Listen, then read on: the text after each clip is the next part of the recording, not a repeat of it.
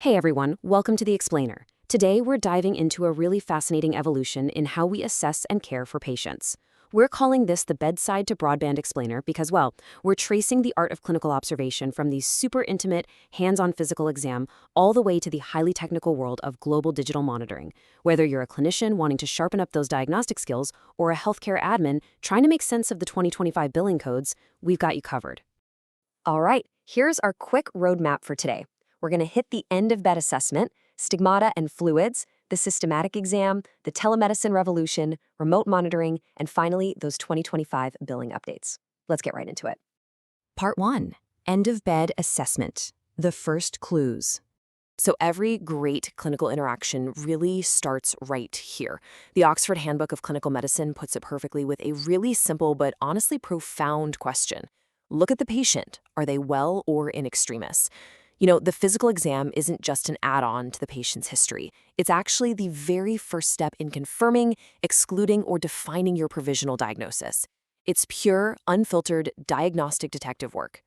When we first stand at the end of the bed, we're instantly scanning for sensory clues. Are their breathing patterns labored, rapid, maybe shallow? Look at how they're resting, too. A patient who's writhing around, that might be colic. But someone lying completely, rigidly still, that could actually point to peritonitis. We even use our sense of smell, detecting cigarettes, alcohol, or even the sweet kind of musty scent of hepatic fetor, which points to liver disease. And hey, don't ignore the room. Just a quick glance at the nightstand for inhalers, insulin kits, or walking aids gives you instant, crucial context. Part 2. Peripheral stigmata and fluids, the body's signals. It is absolutely wild how specific, rapid-fire clinical signs map directly to internal issues. Take koilonychia, for example, that's a spooning of the nails, and it instantly points us towards iron deficiency, or cyanosis, a blue or purple skin color, which screams oxygenation issues. Yellowing of the skin and sclera? Jaundice, for sure. And if you spot ascites, which is a fluid distended abdomen, along with spider navii right on the skin's surface, your brain should immediately jump to chronic liver disease. These physical stigmata are literally like a diagnostic map written right on the patient's body. Now, when we want to assess a patient's overall fluid status, we rely on the rule of contrast. Basically, a patient is usually either dry and underfilled or congested and overfilled. On the underfilled side, you're looking for tachycardia, a postural drop in blood pressure, dry mucous membranes, and sunken eyes. But flip that around, an overfilled patient will show up with a raised jugular venous pressure, pitting edema in the ankles or sacrum, rapid breathing, and bibasol crepitations in the lungs. Doing a regular hands-on check of these compartments is absolutely vital. Part 3. The systematic physical exam, putting it together. Okay, so established clinical texts outline a really rigorous 17-step method for a routine physical exam. It starts with a general inspection, pulse, blood pressure, oxygen. Then you move to the head and neck, checking the sclerae and sitting the patient up at exactly 45 degrees to check that JVP. After that, you lay them flat to meticulously palpate the chest and abdomen. And finally, you finish up with the limbs and the central nervous system to assess tone, reflexes, and any muscle wasting. Building this consistent, unwavering routine is the secret to catching those tiny, subtle deficits that a sloppy exam would totally miss. Just to sum up this micro-level bedside check, physical touch and structured observation are still the timeless art of medicine. They confirm, exclude, define, or track the progress of a diagnosis. It's just a deeply intimate and incredibly data-rich interaction between human beings. But that brings up a really fascinating modern challenge. This hands-on, methodical evaluation is flawless when the patient is sitting right in front of you. But what happens when we need to monitor a patient's physiological signs and they're at home, miles or maybe even oceans away? Well, the answer is that the vital signs we used to check exclusively at the end of the bed are now being beamed across massive digital networks every single day. Welcome to the telemedicine era. Part 4. The telemedicine revolution. Infrastructure. So, to replace that physical touch of a bedside exam, we need a wildly robust technological foundation. And let's be honest, this shift was put into hyperdrive by the COVID-19 pandemic.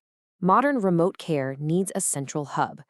The telemedicine platform essentially acts as a digital nervous system. It has to simultaneously connect the provider's portal, the patient's portal, the hospital's electronic health record systems, and all the back-end data analytics. And the whole shebang has to function seamlessly to actually replicate the real-time data gathering of an in-person visit.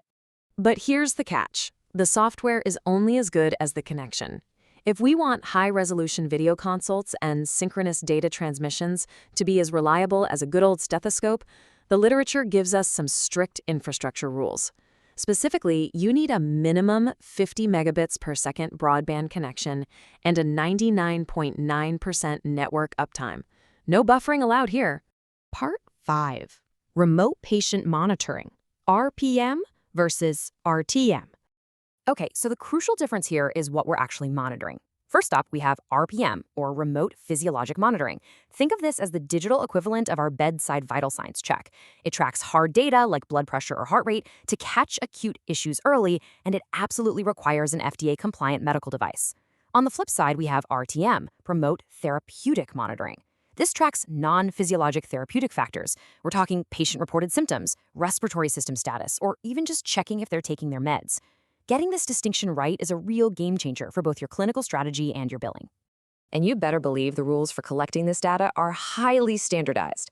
Thanks to recent CMS updates, you have to collect at least 16 days of data, and that data has to be transmitted within a 30-day window to even meet billing requirements. Oh, and for RPM, that data must be automatically collected by a valid FDA-defined device. A patient just telling you their numbers over the phone, yeah, that doesn't cut it anymore. Also, because we're beaming incredibly sensitive health data across the internet, a massive core security layer isn't just nice to have, it's mandatory. We're talking strict multi-factor authentication, end-to-end encryption protocols, and ironclad audit trails to guarantee absolute HIPAA compliance and keep patient privacy totally secure. Part 6, 2025 Billing Updates, the financial viability. Let's talk numbers. The baseline metric you need to stick in your brain is $32.35. This is the CY 2025 Physician Fee Schedule conversion factor. It's actually a slight decrease, about 2.83% from 2024. And that overarching reduction is going to proportionally alter the reimbursement rates for specific remote monitoring codes. Let's break down those specific shifts because they matter. Code 99453, which is for the initial setup and patient education, sees a tiny little bump up to $19.73. But then code 99454, which covers the monthly supply of the device and the data transmission, actually drops by $3.81, down to $43.02. Code 99457 for the actual treatment management services sees a slight dip too. So if you're a healthcare administrator, mapping out these new revenue streams and tweaking your practice budgets is going to be a top priority this year for sure. But, even with all these digital data streams and billing codes, the human element is still strictly regulated. CMS requires that codes like 99457 include 20 minutes of quote-unquote interactive communication. And no, that's not just shooting off an email. It's defined as a real-time, synchronous, two-way interaction between the provider and the patient. I love this because it proves that even over broadband, genuine human connection and oversight are totally irreplaceable. Which brings us right to our final thought. Today, we've traced an incredible spectrum of patient care, from physically checking for koilonychia at the end of a hospital bed, all the way to analyzing 16 days of encrypted physiological data beamed over a 50 megabit connection.